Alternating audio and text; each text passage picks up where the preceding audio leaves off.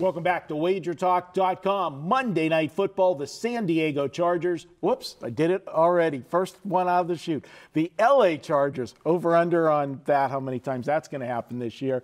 Monday Night Football, we've got the Chargers at the Broncos, and this is brought to you by $2 Tuesday. Each and every Tuesday at WagerTalk, you can get, we pick one capper, we give his best bet. It's usually a guy that's red hot at the time, and you can get that play for just $2. We'll have more about that later in the video.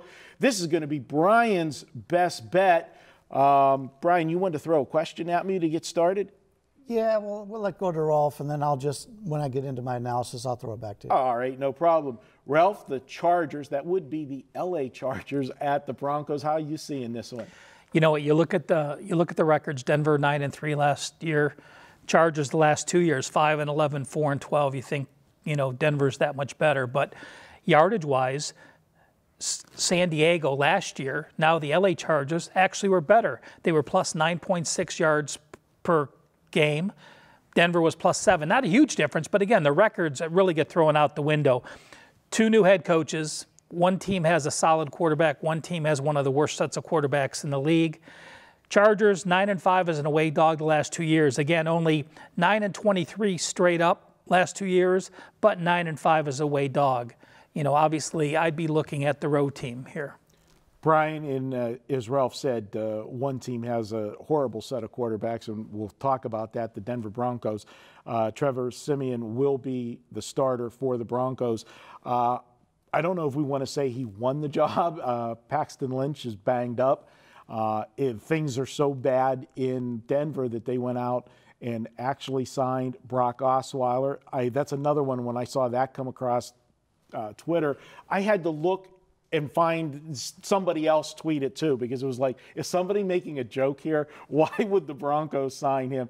This is a guy that left, got that, you know, multi-million-dollar contract, just robbed the Houston Texans, then Cleveland picked him up for whatever reason. If you can't make, not only not win the starting job in Cleveland, which they've had how many starting quarterbacks in the last decade, you can't even make the roster. What's that say for Brock Osweiler? And what's that say for the quarterback situation in Denver that they went ahead and signed him? That's the exact point I was trying to make.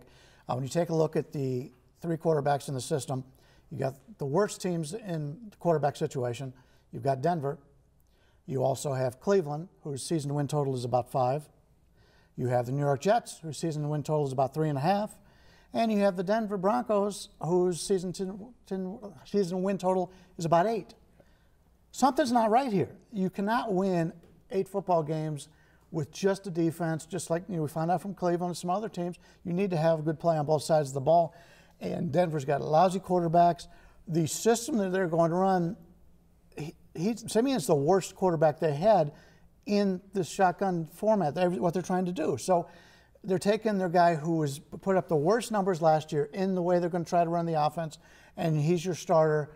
I know Denver, Monday Night Football, it's not going to be as cold as it normally would be come football season. So, you know, that's one advantage that Denver usually has, the altitude and all. But San Diego's, I did it. Yeah, you did it. The Chargers are the better team. The Chargers last year, they outplayed a lot of teams. They just didn't find a way to win. So you'll be some aggression coming back for the Chargers. The Chargers, in my opinion, are the better team. You're getting them for over a field goal here. I'm hoping that, you know, the public, once it comes around, pushes it up to 4. I'd like it even better, but I'll take the Chargers. Nobody's giving the Chargers any credit right now. I'm not a big Denver fan this season. No.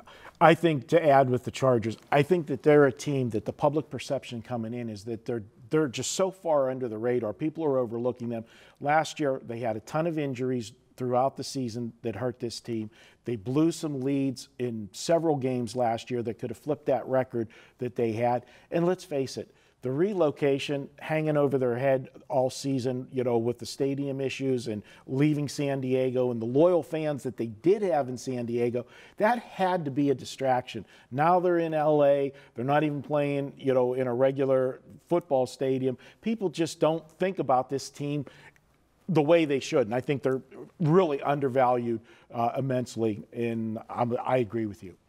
You know what? We're in Vegas, of course, and we saw Howard beat UNLV for the biggest upset in college football history. I may have a bigger upset for you, Brian. 8 videos. Marco, 0 food references.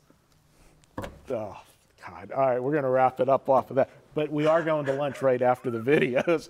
$2 Tuesday. You can get we're going to pick the capper for you. You'll get his best bet each and every Tuesday for just $2.